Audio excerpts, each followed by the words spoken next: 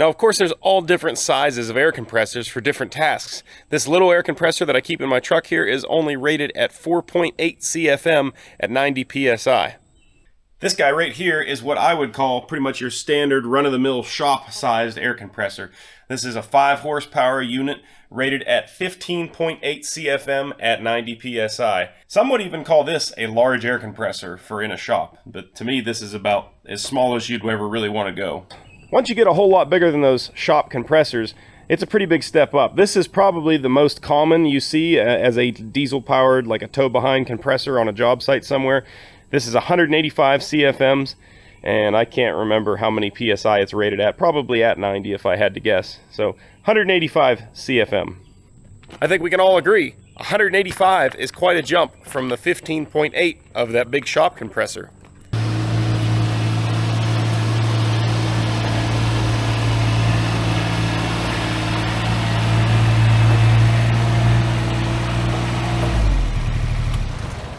Regular viewers of the channel will no doubt remember a few weeks ago I sandblasted the frame of my autocar truck that I'm restoring.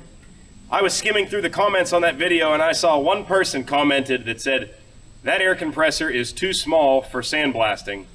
Now, I had no problems with the amount of air that I had supplied to me for that blasting procedure. In fact, I think I had quite plenty, more than enough even. But I'm not one to back down from a challenge. Behind me is a 750 CFM Ingersoll Rand air compressor powered by a 6V53 Detroit diesel, making all the power and all the air. With this guy, I could probably run 4 or 5 sandblasters at the same time. A friend of the channel actually reached out a while ago and offered this thing to me, and at the time I thought I have zero need for a 750 CFM air compressor. But then somebody left that comment, and I don't remember who you are, but if you're watching this, I think I finally have a big enough air compressor. Anyway, I bought it for $700 because it's been sitting for quite a number of years. I believe they said at least 10, but probably more like 15. So today we're going to go through this thing and see if it's even able to work. I have no clue of any of the condition or anything. I got there and we just loaded it on the trailer. I never even really looked at it. I didn't pull any dipstick fluids, nothing. It was $700, put it on the trailer. As you may be able to see, I'm dragging the tongue to this unit behind me. We had to take it off for fitting it on the trailer.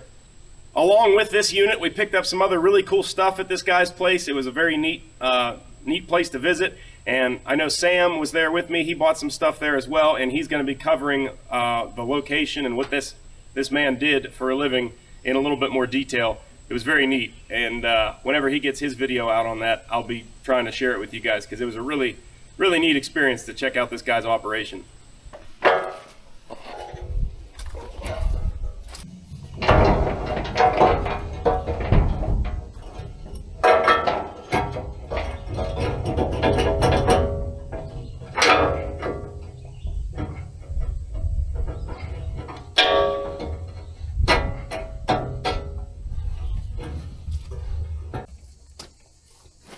I had to make a new pin to hold the tongue on here because if I had it, I lost it. But this will work. We unloaded this thing in a hurry the other day. I think it was going to rain or it was getting dark or something. I don't recall, but it's got a flat tire and it's kind of shoved up against the shipping container here, so it's not exactly a good place to be working on it. Hopefully I can drag this thing backwards a little ways. We'll try and get some wind in that tire and then drag it someplace shady because it is warm today. I don't want to be standing out here in the direct sunlight.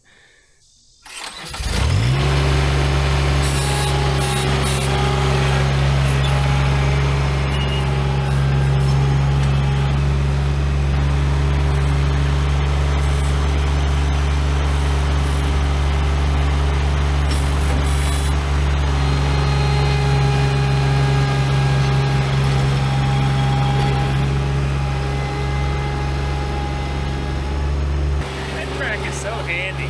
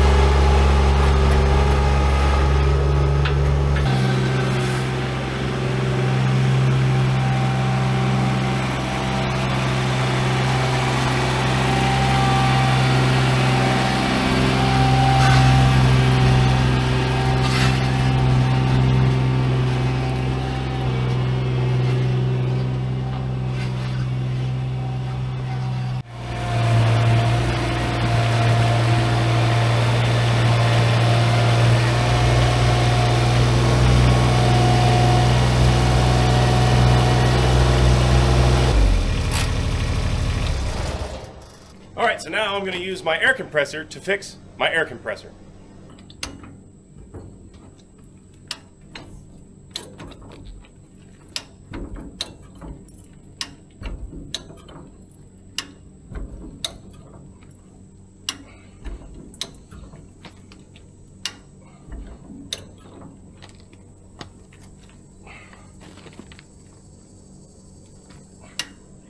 I doubt you're supposed to put cheater bars in these jacks, but I'd like to.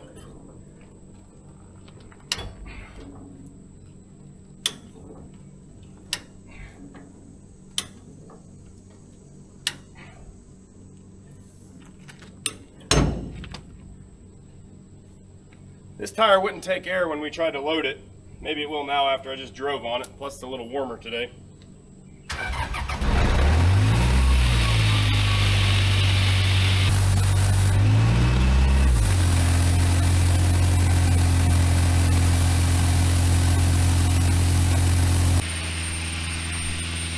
That's my 230-gallon bead blaster.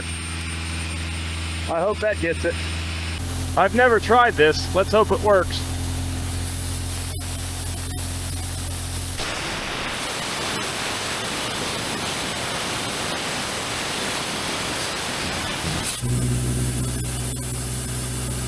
Not even close. I don't think this one's gonna go without ether.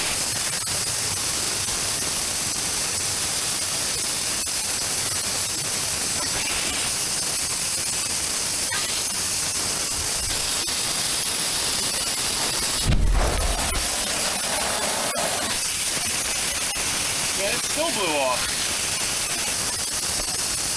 It was on for a second.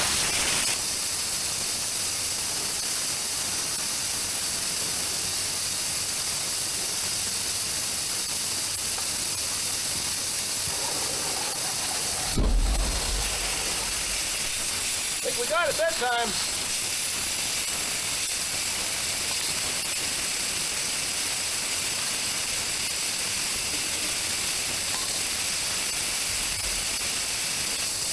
I've never had to ether one from both sides, but there's always a first for everything.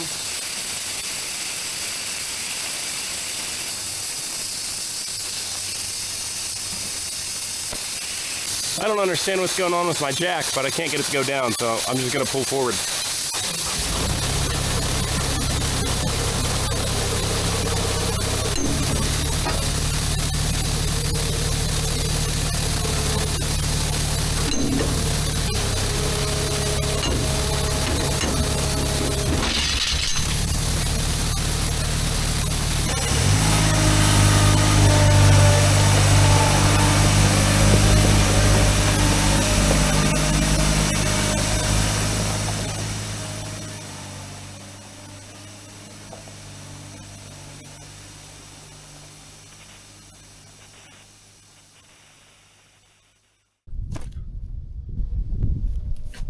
Nope, nope, no, this is too cold, too cold. Go back, too cold, too cold.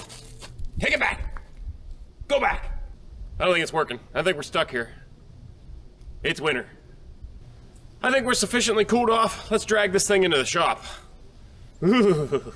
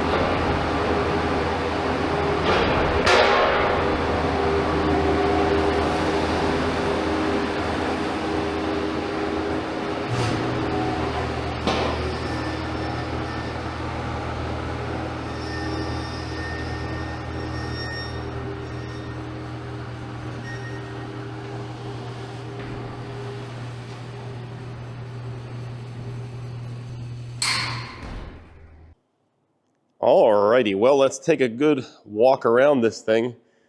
Finally soak it all up in. Right off the bat here, I'm not saying it's holier than the Pope, but it's probably got a leg up on like an archbishop or a deacon or something. I think I read somewhere on the tag that it's like a 79 model, I think. Date of manufacture is 1979 and March 14th. That's pretty cool that they put it all the way down to the date that this thing was built. That's pretty cool. She's got some years on her and definitely some age, but I think it's mostly cosmetic. You can see our control panel here. We've got what we got here on the gauge is compressor discharge pressure. Reads all the way up to 200, but I doubt you get that. Probably around 120, 140. Amp meter, tach, and an hour meter. Hour meter glass is really hard to read. It looks like maybe like 1200 hours, but I can't tell if there's a digit that I'm missing there. Air temp, well, that's pretty cool. Engine oil pressure, engine water temperature. Nice. Looks like our control panel here. So we've got, I'm gonna have to read the starting instructions on these. Some compressors are kind of picky. So like prime, I think that's just a fuel system thing. Start should just crank it over. Safety circuit bypass though, I'm not sure about that one. Sometimes you have to hold those until the compressor gets up to speed or kind of builds pressure or something. And then like this one is the same as my other compressor. You push this button after everything's warmed up and that revs the engine up to full RPMs and full pressure. Got a couple filter minders over here for your engine and your compressor separate. And then this guy shuts down your engine. Still pulls, so that's good. The cable's not all seized up. Let's see what's behind door number 1 here. All right, we're on the business end of the compressor, I guess. This is our receiver tanks, and I don't know all these components to name them for you, but I think, yeah, this is our discharge. This is the air going out to the ginormous 4-pronged Chicago fitting over there. This isn't your standard Chicago fitting you've probably seen before. This thing is massive. Oh, yeah, right here. This is a standard Chicago fitting that most people are used to seeing. That's like a 1-inch hose. I think that's a 2-inch hose that we got on the out pressure. I think that's a 2-inch hose on the outlet side of this compressor. Well, that spins. What's that do? I think that's the valve that feeds the main output. And then this guy is before that valve, so you have a separate ball valve here to run this Chicago coupling. So you can run a smaller 1-inch line without having to mess with reducing your big line. Looks like a pretty massive radiator on this thing. That's a big old cooling pack. Also got a big oil cooler in front of it as well. Man, I hope that thing doesn't leak. Well, we got all the compressor data here. If you guys are interested in reading this whole data sheet, you can just hit pause.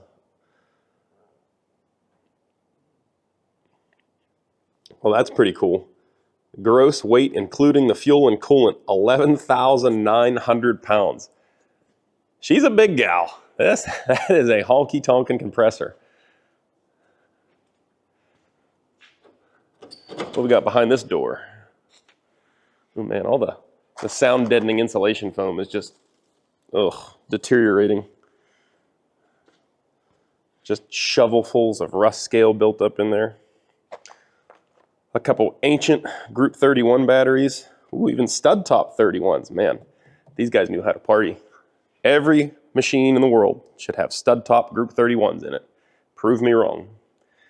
Anyways, this is the back side of our receiver tank and oil tanks and stuff. This is a giant air filter. We're gonna have to pull that out and make sure there's no rat's nests or anything in that. I don't know if it's for the compressor side or the engine side. Looks like it goes into the engine, so that's the engine air filter. But that guy right there, ooh, that's the reason I'm most excited about this unit. That's a Detroit 6V71N series 2-stroke diesel engine. This thing is gonna sound so good. Ugh, more foam falling apart over here. There's the other side of our engine. And I did sneak a peek at this already before you guys, and I was looking, all the filters You can tell how long this thing's just been sitting around. Dated 96, 2000, 03 on the primary fuel filter. I think that's the most recent date that I've seen on anything. Also, before we get any further, I was looking at this yesterday. It's got some sort of like coolant line that runs down here into this block that's on the bottom side of the exhaust manifold, and then there's a solenoid here. Now, it's not wired up. Doesn't look like it works, but what does that do? Like, why is there coolant being plumbed into the exhaust manifold? If you guys know, drop a comment down below. Another giant air filter over here. I believe that is for the air compressor side of things. This bad boy is one half of the fuel tank. To see the rest of it, we have to move all the way down here. That's a big fuel tank. I think the spec sheet over there says it holds like 110 gallons. That sounds right. Sounds kind of empty, and I'm pretty concerned about the amount of rust that's up here on top of the fuel tank. Now, some of it came from up there, but not very much by the looks of it. So I'm hoping we don't have any rust holes down through the tank, but it's not looking good. There's the actual compressor head side right there. You can see this giant screw compressor right there. And I think this is all like governor linkages and whatnot, speed controls. I don't know how all of it works. There you go. They checked the antifreeze and dated it 11/7/98. It was good down to -33. Hopefully we'll never see that temperature around here. And hopefully that antifreeze is still good, because that's a heck of a lot of antifreeze that I don't want to pay for. Under this flap looks like our fuel tank lid. I have not had this off. I don't know what it's going to look like in there. That's what I was afraid of. Pretty rusty in the neck, which makes me feel like there's probably some moisture in there. I can see the shimmer of some sort of liquid down there. Let's grab a light. All right, let's have a gander. Yeah, see, there's what I'm talking about, that rust in the neck. So that's the highest point in the tank, so that means all the rust comes up and, or all the moisture rather, comes up and lingers right in this neck. Well, actually, looking down in the tank is not that bad. We got some, there's like a rubber boot here where there's no rust, and then you down here where there's more steel, there's some rust again. But actually inside the tank itself, it doesn't look all that terrible. It definitely does not smell good. Not good at all. I'm wondering, you know, if there is moisture in this tank, if water got in there, it's floating whatever fuel was left in there up and out. Like I said, I'm very concerned about the state of the fuel tank, because just look at the amount of rust that's just sitting on top of this thing. And it's not from up there. It's all just from water sitting on top of this tank and steel flaking off. Let's look and see if this tank has a drain on it. Maybe we can drain the bottom of the tank and see if there's any water. Good news, there is a drain, and it's even rigged up with a fancy little, supposed to be easy turn valve. No longer turns easy. Also making me wonder if there's an issue here. Also, the whole bottom of this unit on this side just kind of has that like oily fuel residue on it. So maybe it's just leaking.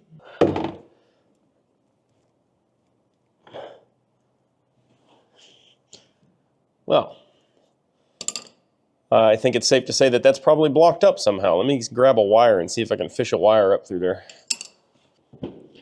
Oh, we got some sludge starting to come out. Oh yeah, it's like grease.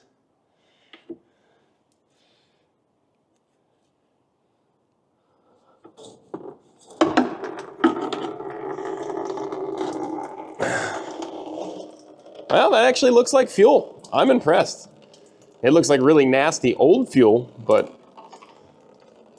still fuel. Detroits don't care. They'll run on anything.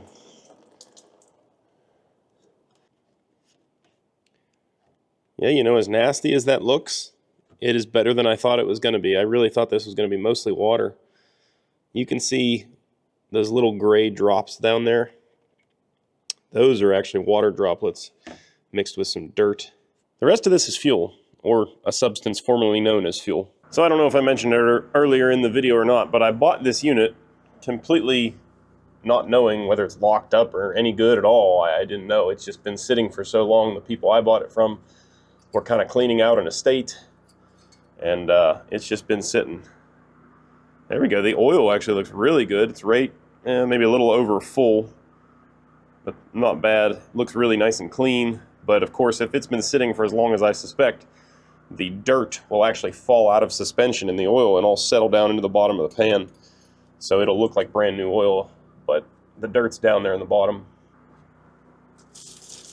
Oh goodness, look at that. Flaky. So the engine oil is good. Fuel source seems to be okay. We need to check the air cleaners yet and the antifreeze. I guess since we're here, we'll start with this air cleaner. There's supposed to be a little rubber boot here that kind of collects the debris without giving an open access for air to come in that way.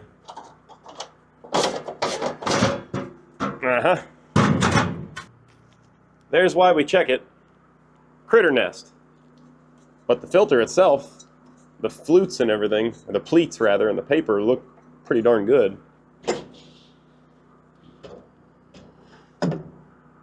Yeah, that looks like a brand new filter to me. Looks to me like they might have changed it in '96 and hardly ever run the thing ever again.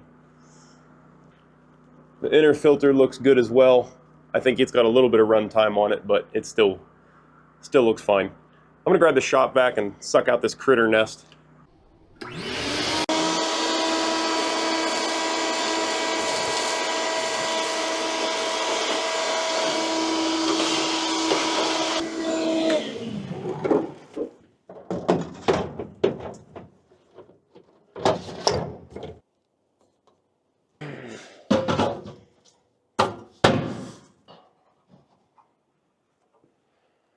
So that was the compressor side.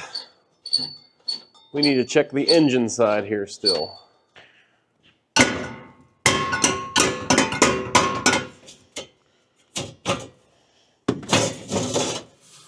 Yeah. Looks like the same story as the other side. Filter itself looks pretty clean with a little bit of critter nestage down here.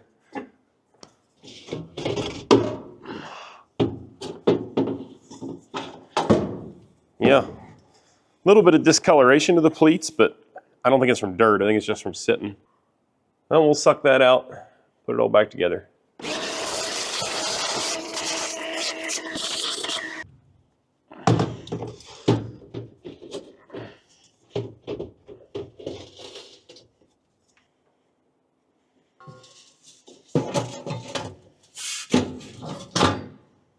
So we've covered all the basics minus the antifreeze, and I was looking around at the radiator trying to find the cap to check it, and I can see it, but it's all the way up against the roof there. And I'm thinking, how in the heck do you actually check it?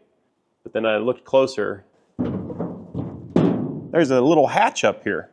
I think this hatch opens and we can check the antifreeze from here. There's a latch up here that is seized up solid. Soak her down. I've got to say, not the most convenient way to check the antifreeze. I could see this getting neglected quite frequently on a job site.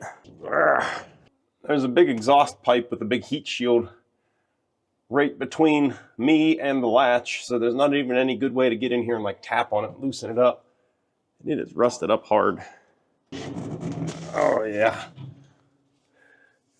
I like when the air compressor is big enough you can get up inside of it to work on things. That's when you know you've got enough air. Hey, I got the latch to start moving. Yeah, we win.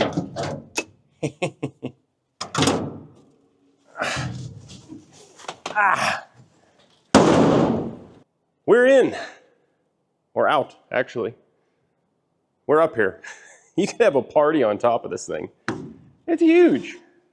Anyways, the reason for us being up here, let's check this antifreeze. Okay, so let's step into my office. We'll check this antifreeze out.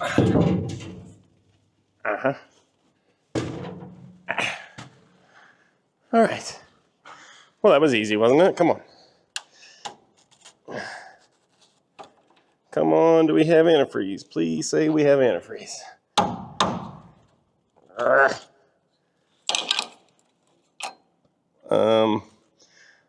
I see some moisture. Ooh. Ugh. That is not what I wanted to see. That's worse than no antifreeze. That's sludge. Oh no.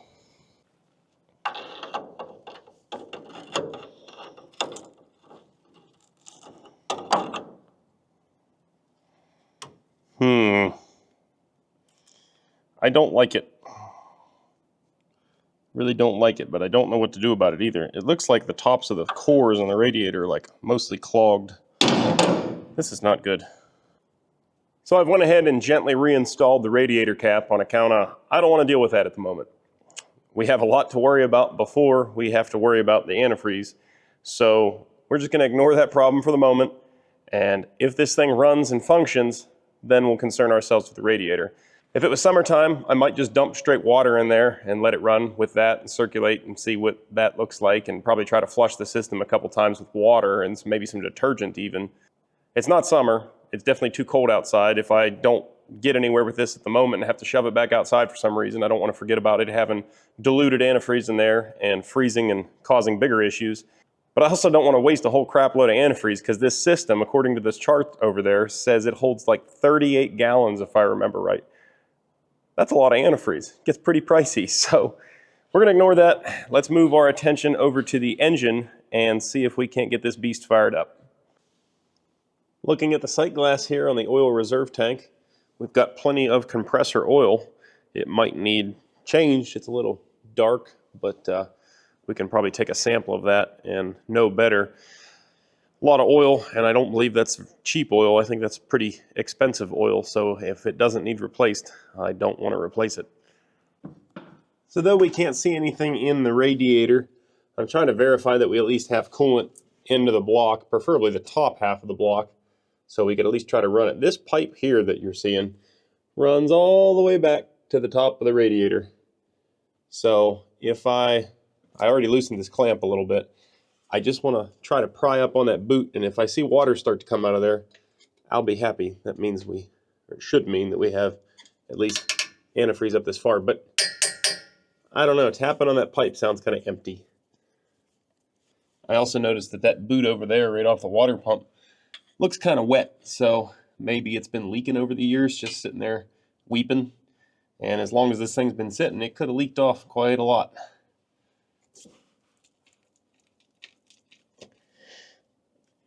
Yeah, that's good. We got green antifreeze coming out of there. It doesn't look anything like that stuff we saw in the radiator. Oh yeah, that's great. Perfect. So if it's up this high, that's the top half of the engine. I'm at least confident enough that we could run it for a while and not have to worry about getting hot. Once it runs and circulates too, things might not look so grim up there in our radiator.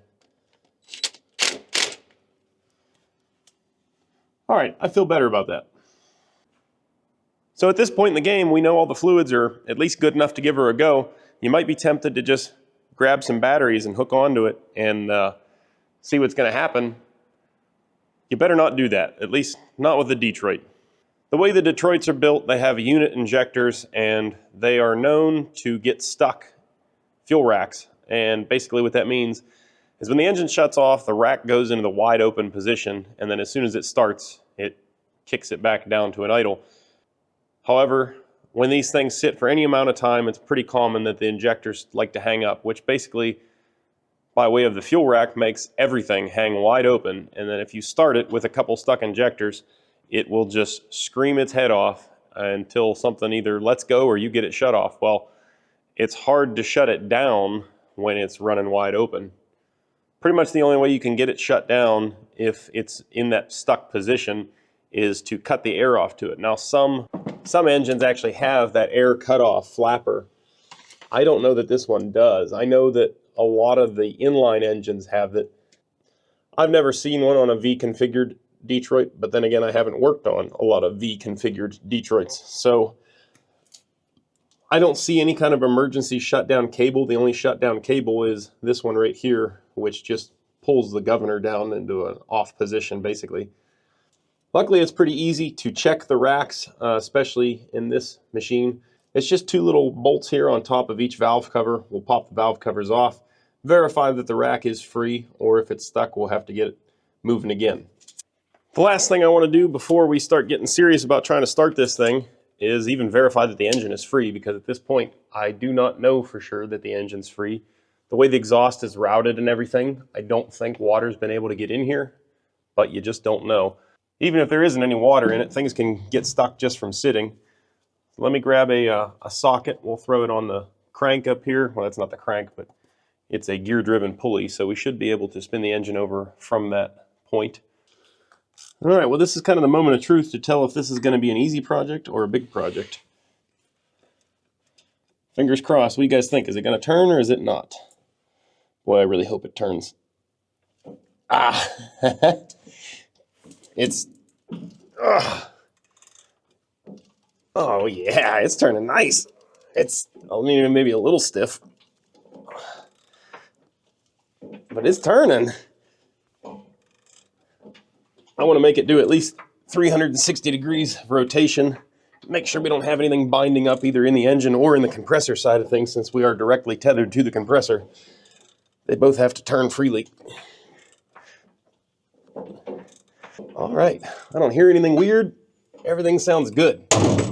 I'm excited. That is a great sign. So let me grab a wrench. We'll pop these covers off.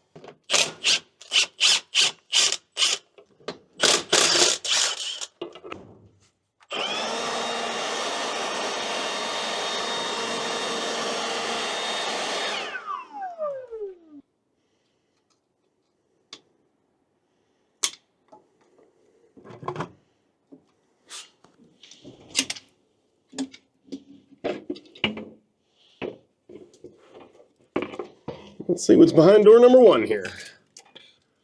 Ooh, a really clean looking engine. There's like no sludge going on up here or nothing. Wow, that's impressively clean. One rack is free. That one's a little stiff. I think that one is stuck. Well, I was really hopeful when I saw how clean it was that this was not going to be a bunch of stuck injectors, but it's not looking great.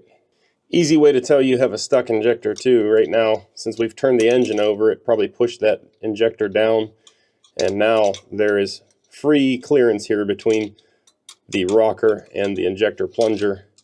As you can see, I can slide the pick underneath of there. All kind of room under there. The spring's not coming back up is what it is. So we can hope that it's not super stuck, because the engine turned over fairly easy. We can take a pry bar and just try to slowly lift up on that plunger. Oh, I think it did move too. So yeah, it's moving. That thing's barely stuck. All I'm going to do is soak it down with some penetrating oil there. Try to get it through the spring in there to the actual injector. Now I can take my little bar here and just push that injector down. I'm putting my bar back on the engine here. We're going to turn it over and watch all the injectors and make sure they're coming back up. The middle one definitely is. That back one, it's coming up. Just need to watch this front one again. Yeah, it's coming up a little bit, but not all the way. So it's not super stuck, which is good. Try to get my little bar in here again and just pry it back up without damaging anything. All right, with the exhaust valves depressed, I can get in there a little bit better. Oh yeah, it moved easier that time than the last time. So we'll just keep turning it over, making sure that thing starts freely floating. Oh yeah, she's coming around a few more times. It's going to be back to released. Oh yeah, I think we got her now.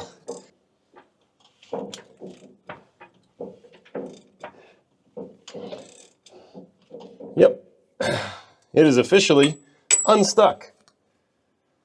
So this bank is good. We can put that valve cover back on. Sweet.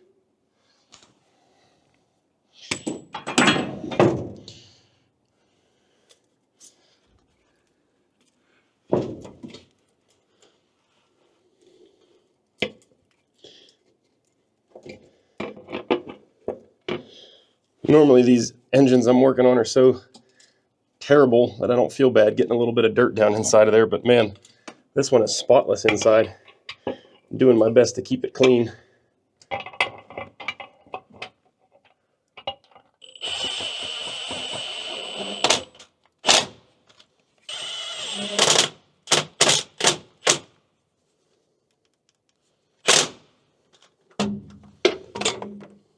All right, to the next side.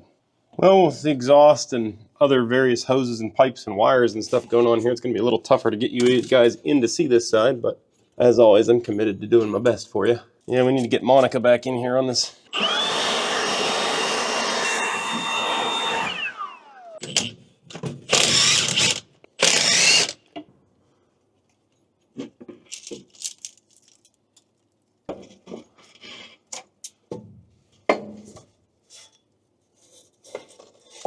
Again, extremely clean. I mean, look at the underside of that valve cover. That thing looks like brand new.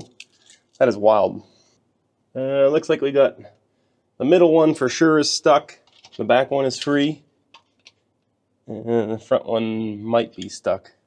It's pushed down, so it's hard to tell right now. Soak her down there.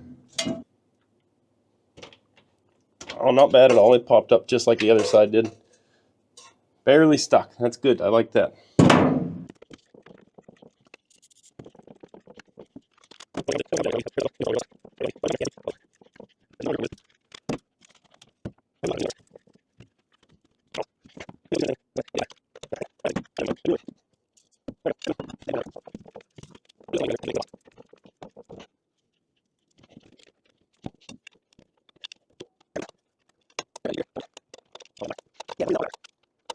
There we go. That's 6 out of 6 free. Guess what, guys? I think we're finally ready to try to give this thing a go. You think she's gonna light?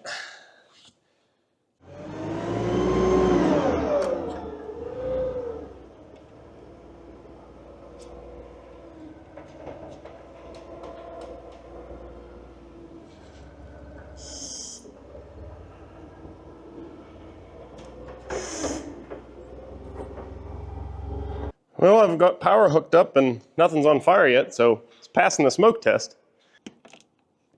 The whole time I've been poking around on this thing, I've been looking and paying attention to like the wiring and stuff, and everything looks to be in good shape, so hopefully this thing's just gonna crank. I guess I should probably read the starting instructions, huh?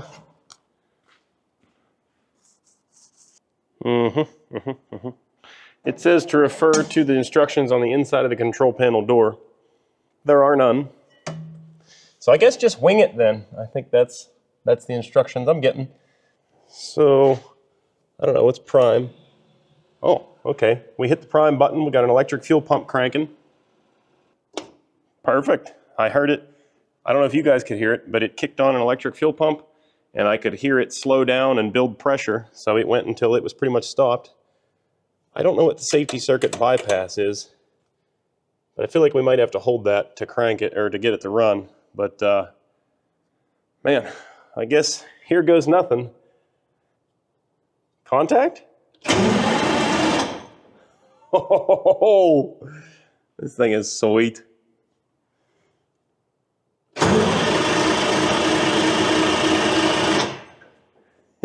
We got smoke coming out of the top. That's a good sign. She wants to go.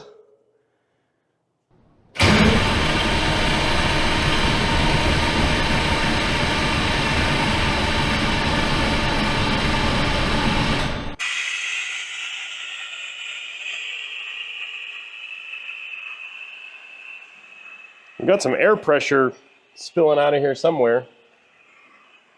Maybe that's something to do with that safety circuit bypass thing.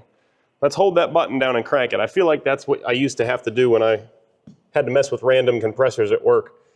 I haven't seen any oil pressure jump up on the gauge yet, but it's not reading 0 either, so maybe it doesn't work. Let's try this again. Contact.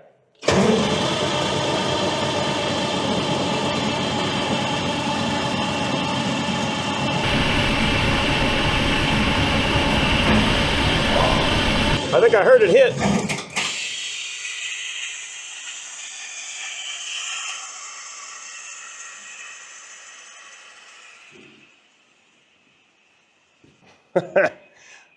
Well, we lost the cable.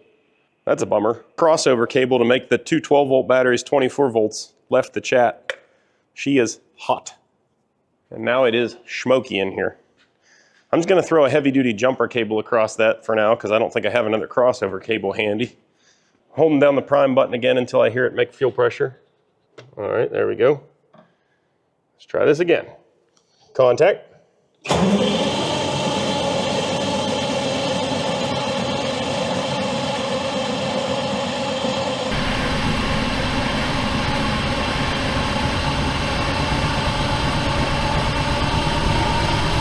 Oh, I think it's going to go.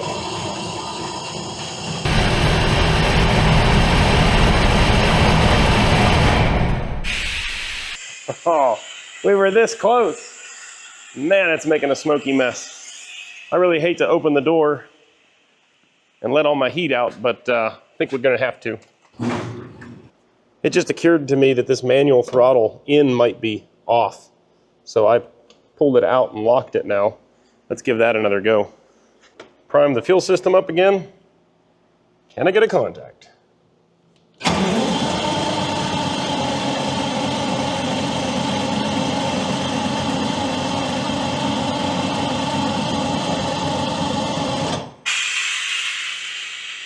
No, I think it seems less happy with the throttle in that position, so I'm putting it back to where it was.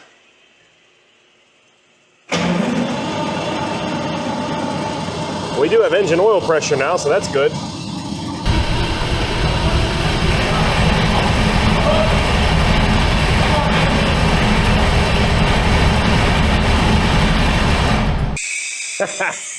Well, it was kind of like half running there. It was definitely hitting on like one cylinder. We're also building air pressure, so I guess that's good.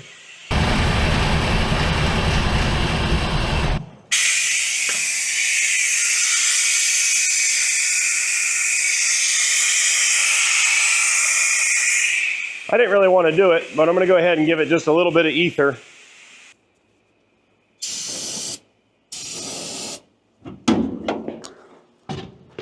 Let's try this again. Contact.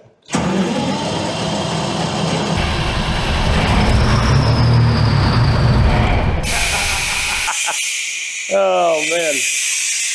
Did you guys see all this stuff come out of the top?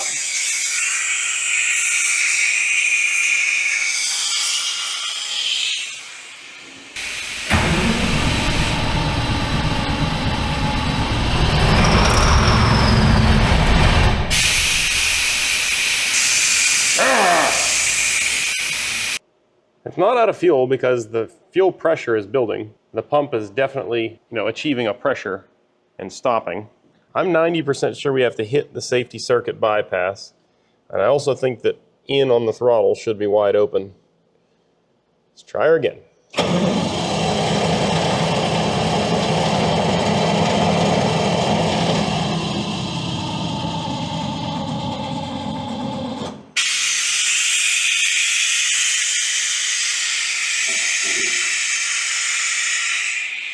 What I don't understand is it cranks for a while, and then you can tell it hits a wall when it starts building up too much pressure. The starter's essentially creating air pressure plus cranking the engine, and it gets to be too much for it. And then that little bypass goes off every time. I don't know what we need to do to alleviate that situation. I have the valve open for the outlet, but I don't feel anything coming out of there. I wonder if the fuel linkages are stuck on top of the engine. I'll take a little tap around, cursory look at those, make sure they're moving.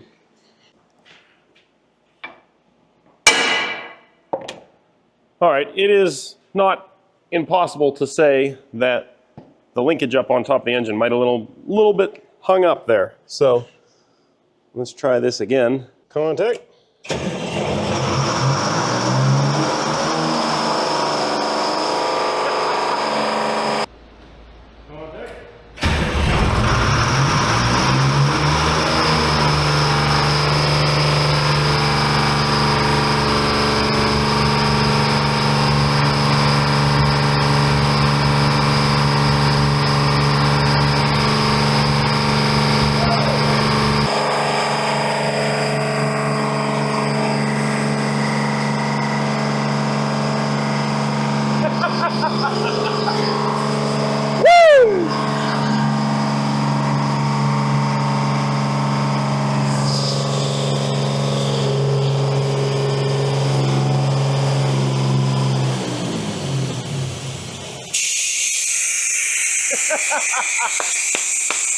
Woo! Man, that thing's loud. It's snowing in the shop.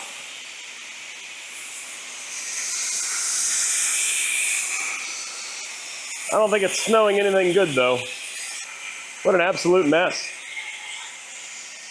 Yeah, I don't think the automatic throttle is working right. I think it should have kicked that down, but I don't know. I didn't want to let it run wide open like that for very long. But these things just sound like they're going faster than they are because they're two-stroke diesels. So my ear might be just deceiving me. Everything's really loud in here right now with this thing running. I'm gonna get some earmuffs and try that again. If my suspicions are correct, I'm gonna try to start it again, and I don't think it's gonna go, because when I pull the shutdown, it's making the throttle stick basically into the off position.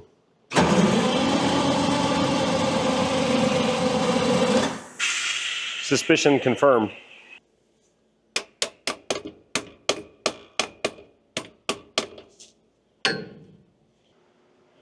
All right, so it should kind of self-regulate the speed of the engine. Maybe I just need to have a little bit more faith in it, which is hard. You know what, let me try shutting the air supply off too, because like a compressor should idle if it's got full air pressure. Contact.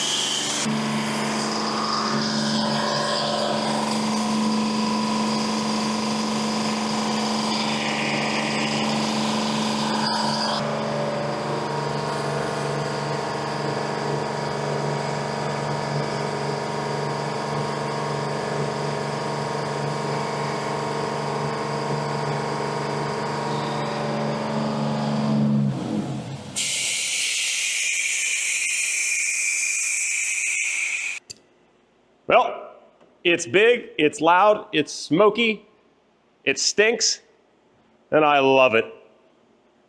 This thing is cool. It's gonna take some work though. Something is not going right on the compressor side of things. As you can tell, engine's running great, but there is some problems between, I think, the automatic throttle and something's not jiving to make it jump up to pressure. It only was coming up to 40 PSI on the gauge, and I didn't know if I should trust that. That's why I opened this little 1-inch bypass valve, and sure enough, it's not making hardly anything because it wasn't a lot of pressure that came out of there, and I watched the gauge corresponding just plummet. Also, for whatever reason, even if I have the valve for the main discharge open, nothing is coming out of there. So I don't know what the deal is with that, but that's a problem. Right before I shut it down there too, I was showing you guys there was some smoke coming from like underneath the oil reservoir tank. I don't know why or where that was actually coming from, but probably not supposed to do that. So we've definitely got some work ahead of us as far as making this an operational unit, but I don't see any immediate reason it shouldn't. If it's building any air pressure, it's probably capable of building all the air pressure. Something is just stuck or not wanting to do what it does. I don't want to say that these compressor systems are super complex, but they're a little bit over my head, probably mostly because I haven't worked on them really. So I'm going to do some studying online, maybe look at some of the diagrams and whatnot here as to how the air system is routed and flows and what's supposed to make what do who, and hopefully we can get it all figured out. But it runs. Man, does it run good. I don't know. I hope the camera picked that up, how much crap came flying up out of that exhaust. Oh, that was cool. All right, it's cold. I'm putting the door down, and we'll be back in the morning to mess with this thing. So I want to get the big batteries up in here. The forklift's kind of in my way while I'm trying to do my visual inspection here.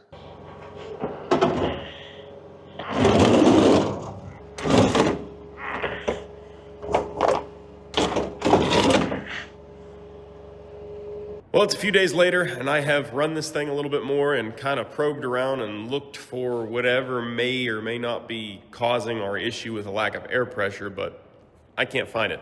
I know next to nothing about these things. I know a little bit about the engine that's in there, but really nothing about the screw type compressor or the supporting equipment that makes it do what it's supposed to do. How's a Positrack work in a Plymouth? It just does. I don't know. So I'm gonna have to do some more research for this thing and understand what's going on in there. I think there's like unloaders in there that kind of set the pressure or don't let it build pressure. And if those are stuck from sitting, well, that could definitely be a source of our problems.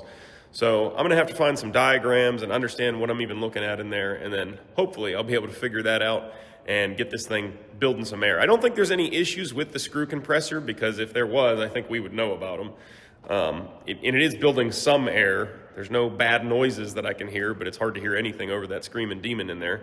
In the next video on this unit, hopefully we're gonna get it building air and then probably just do a little service on it, maybe hook it up to the old blast pot and do some mega scale sandblasting. Anyways, if you guys like this video, do me a big favor, hit that thumbs up button down below the video. It really helps out the channel. It doesn't cost you guys a dime.